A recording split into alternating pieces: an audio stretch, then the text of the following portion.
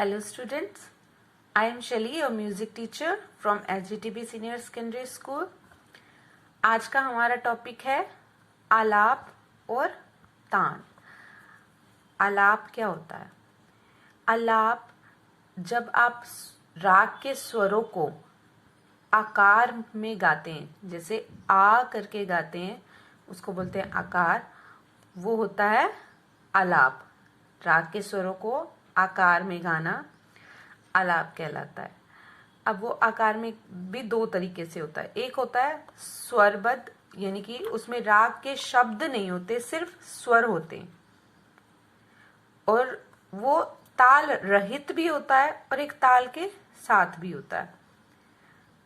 ताल के रहित यानी कि जो बिना ताल के गाया जाता है, वो होता है राग शुरू करने से पहले। जब आप जैसे आरोह, अवरोह और पकड़ गाते हैं तो उसमें पहचान क्या होती है? पकड़ से पहचान होती है राग के स्वरों की। तो उस तरह के स्वर लेकर जो राग की पहचान बताते हैं, जैसे वादी, संवादी, इन सबको लेते हुए हम गाते हैं बिना ताल के। राग शुरू करने से पहले उसको बोलते हैं आलाप, ताल रहित आलाप। और जो हम राग के बीच में गाते हैं, यानी कि राग गाते हुए स्थाई के बाद, अंतरे के बाद गाते हैं, वो होते हैं तालबद्ध। एक हो गए ताल रहित और एक तालबद्ध, दो तरह से आलाप होते हैं। तो आइए पढ़ते हैं हम इसको। किसी राग के गायन अथवा वादन के आरंभ में विलंबित लय में गाया जाने वाला वो हिस्सा जिसमें राग के एक एक स्वर को विस्तार से प्रस्तुत किया जाता है, आलाप कहलाता है। वही जो राग शुरू करने से पहले स्वर गाए जाते हैं, बिना ताल के गाए जाते हैं, वो विलंबित लय में गाए जाते हैं, यानी कि स्वरों का विस्तार करके बहुत ही धीमी गति में गाया जाता है, ताकि राग का जो स्वरूप है वो सामने आ सके। राग के स्वरों का ये विस्तार गायन को मधुर और अनोखा बनाता है। जब रागों का आलाप इस तरह से किया जाता है, विस्तार इस तरह से किया जाता है, तो वो जो गायन होता है वो बहुत ही मधुर और अनोखा बन जाता है। आलाप के द्वारा राग के स्वरों का उसके वादी, संवादी और विशेष स्वर समूह यानी पकड़ दिखाते हुए विस्तार किया जाता है। अब राग के स्वरों का विस्तार किस तरह से होता है? राग में लगने वाले कौन से स्वर होते हैं? मेन वादी, यानी कि जो सबसे ज्यादा लगता है, संवादी जो उससे कम लगता है, और बाकी के जो सहायक स्वर होते हैं वो मिलकर एक ग्रुप बनाते हैं। उसी ग्रुप को घुमा फिराकर जो गाया जाता है, अच्छे से विस्तार करके गाया जाता है, वही आलाप होता है। तो आलाप के द्वारा राग के स्वरों को वादी, संवादी, विशेष स्वर समूह दिखाते हुए विस्तार किया जाता है। इसके द्वारा गायक, वादक राग के स्वरूप को श्रोताओं के सामने प्रस्तुत करता है। आलाप के स्वरों से ही जो सुनने वाले हैं उनको आइडिया लग जाता है कि गायक जो है वो कौन सा राग गाने वाला है, क्योंकि वो उनके विशेष स्वर समूह गाते हैं। वास्तव में आलाप राग की भूमिका होता है। जैसे आप कोई भी ऐसे लिखते हैं तो उससे पहले इंट्रोडक्शन देते हैं, ठीक उसी तरह से ये इंट्रोडक्शन का काम करता है कि राग कौन सा गाया जाने वाला है। क्योंकि आलाप गायन के आरंभ से ही राग का स्वरूप धीमी गति से विकसित करने की प्रक्रिया शुरू हो जाती है। धीरे धीरे आलाप से क्या पता लगने लगता है कि ये कौन सा राग शुरू होने वाला है।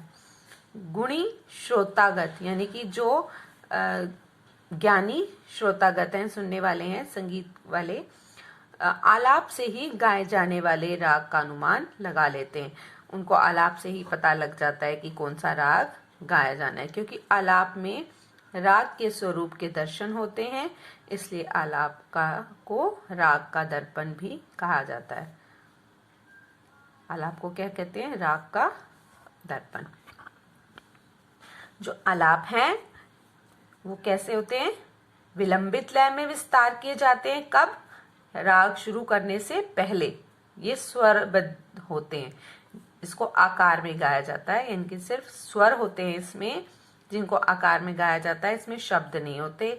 लेकिन जब हम इसको राग के बीच में गाते हैं, स्थाई या अंतरे के बाद, तो इसमें तालबद्ध यानी कि ताल भी साथ चलती है, विद तबला वादक हम गाते हैं इसको। कौन से होते हैं इसमें? स्वर, वादी, संवादी और विशेष स्वर। प्राचीन टाइम में जब आलाप का गायन किया जाता था तो वो लोग आकार की जगह नोम तोम शब्दों का प्रयोग करते थे। नोम तोम इस तरह से गाते हुए राग का विस्तार करते थे। और वो गाते थे 4 तरीके से, जैसे स्थाई, अंतरा, संचारी, अभोग। अब स्थाई में क्या होता है? स्थाई में जो आलाप लिया जाता है वो मध्य सप्तक से मंद्र सप्तक की ओर जाता है, यानी कि मध्य सप्तक से मंद्र सप्तक के स्वरों तक, नीचे के स्वरों तक जाते हैं। और जो अंतरा आलाप होते हैं वो मध्य सप्तक में घूमते रहते हैं, वहीं तक के स्वर होते हैं। और जो अंतरे के बाद संचारी होता है उसमें जो स्वर होते हैं वो तार सप्तक तक जाना शुरू हो जाते हैं, यानी कि रागों का विस्तार तार सप्तक के स्वरों तक हो जाता है। और अभोग में क्या होता है? अभोग में होता है कि जितना हो सके तार सप्तक तक वहां तक के स्वरों में गाया जाता है। अब हम आते हैं तान पर। तान क्या होता है? राग के स्वरों को द्रुत गति में विस्तार करना। अब जो हमारे पास आलाप के स्वर हैं, स्वर तो वही रहेंगे ना उस राग के। अब उसमें क्या होता है? वो धीमी गति होती है। धीमी गति में स्वरों का विस्तार किया जाता है, जबकि तान में क्या होता है? उस गति को बढ़ा दिया जाता है, द्रुत कर दिया जाता है, यानी कि फास्ट कर दिया जाता है। तो उस तरह से स्वरों का विस्तार करना ही तान कहलाता है। यानी कि आलाप और तान में सिर्फ गति का अंतर है। यदि आलाप के स्वरों को द्रुत लय में गाया बजाया जाए तो वो तान बन जाती है। आलाप और तान में मुख्य अंतर क्या है? लय का, यानी कि सिर्फ गति का होता है। आलाप क्या होते हैं? धीमी लय में होते हैं और भाव प्रधान होते हैं, और जबकि तान द्रुत लय में होती है, वो चमत्कारी और कला प्रधान होती है। जब भी कोई आलाप गाता है तो वो क्या करते हैं? वो भावों को प्रदर्शित करते हैं, बहुत ही धीमी गति से जाते हैं, हम उसको आनंद भी भोर होकर सुनते हैं। लेकिन जैसे ही कोई द्रुत गति में गाता है, फास्ट करता है, तो हमारे मुंह से क्या निकलता है? वाह। वो इसलिए निकलता है क्योंकि हमें वो कला, उसमें वो चमत्कार वो दिखाई देता है जो हमें आकर्षित करता है। तानों का प्रयोग गाने के बीच में होता है। ठीक वो कैसे? जैसे आलाप जो होता है वो राग से पहले भी होता है और राग के बीच में भी होता है, लेकिन तानों का प्रयोग राग से पहले कभी नहीं होता, वो राग के बीच में ही गाई जाती हैं। स्थाई की तानें अलग होती हैं और अंतरे की तानें अलग गाई जाती हैं। वादन में प्रयोग होने वाली तानों को तोड़ा कहते हैं। जब हम सिंगिंग करते हैं, यानी कि वोकल गायन करते हैं, तो ताने गाई जाती हैं, लेकिन इंस्ट्रूमेंटल म्यूजिक में वादन में ताने जो हैं तार वाद्य पर जब बजाई जाती हैं उसको तोड़ा कहते हैं। इंस्ट्रूमेंटल में गाया नहीं जाता, उसमें सिर्फ बजाया जाता है, उसको तोड़ा कहते हैं। छोटे ख्याल में सामान्यतः दुगुन व कभी कभी बराबर की लय और बड़े ख्याल में अक्सर चौगुन और अठगुन की लय की ताने दिखाई जाती हैं। छोटा ख्याल आपने +1 में पढ़ा था, छोटा ख्याल और बड़ा ख्याल। तो छोटा ख्याल जो होता है वो द्रुत गति का होता है। छोटे ख्याल में क्या होती हैं? दुगनी गति की या फिर सेम गति की, जिस गति में हम गा रहे हैं उसी गति में चलती हैं ताने। और बड़े ख्याल में क्या होता है? बड़ा ख्याल होता है विलंबित लय का, उसमें विलंबित लय करके गाते हैं, तो उसके अंदर जो ताने होती हैं वो चौगुन, यानी कि जिस लय में वो चल रहा है उसकी चौगुन करते हुए और अठगुन करते हुए ताने लगाई जाती हैं। नहीं तो वो स्पीड नजर नहीं आती, क्योंकि वो ऑलरेडी जो ख्याल है वो पहले ही विलंबित लय में होता है, और अगर हम ताने उस लय में गाएंगे तो वो ताने नजर नहीं आएंगी, इसलिए उसको चौगुन गति में कर दिया जाता है या अठगुन में कर देते हैं। तानों के लिए अभ्यास की अधिक आवश्यकता होती है, क्योंकि ताने इकट्ठे बहुत सारे स्वरों को याद करना होता है, तो वो उससे गला भी बहुत सज जाता है, तो इसके लिए प्रैक्टिस की बहुत जरूरत होती है। अब तानों के कई प्रकार हैं: शुद्ध, सपाट, कूट तान, मिश्र तान। अब शुद्ध तान क्या होती है?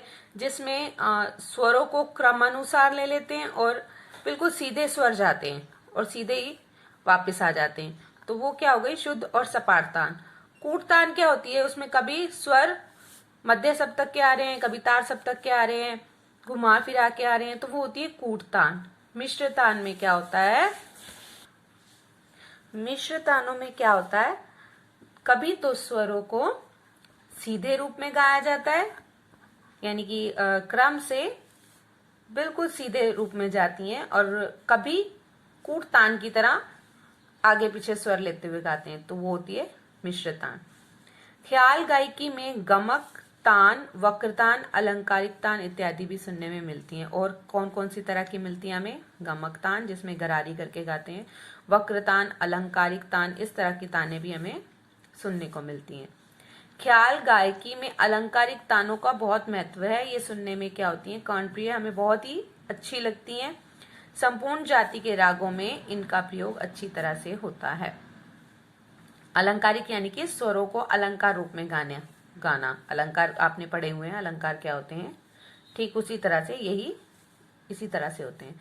किंतु वक्र, अब आता है बोल आलाप और बोलतान।